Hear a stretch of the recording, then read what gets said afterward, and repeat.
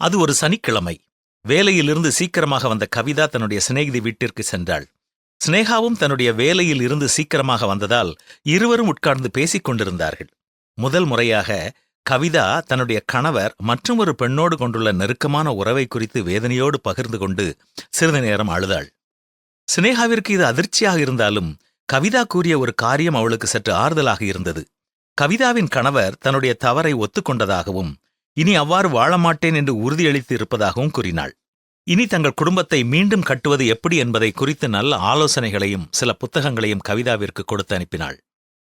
அவள் வாசித்த எல்லா புத்தகங்களிலும் கொடுக்கப்பட்டுள்ள ஒரு முக்கியமான எச்சரிப்பு என்னவென்றால், கணவன் இவ்வாறு நடந்து கொண்டதால் அவன் மனைவிக்கு வாழ்க்கையில் வரக்கூடிய மிகப்பெரிய சோதனை என்னவென்றால், தானும் மற்றொரு ஆணோடு நட்பை வளர்த்து கொள்ள வேண்டும் என்ற சோதனைதான்.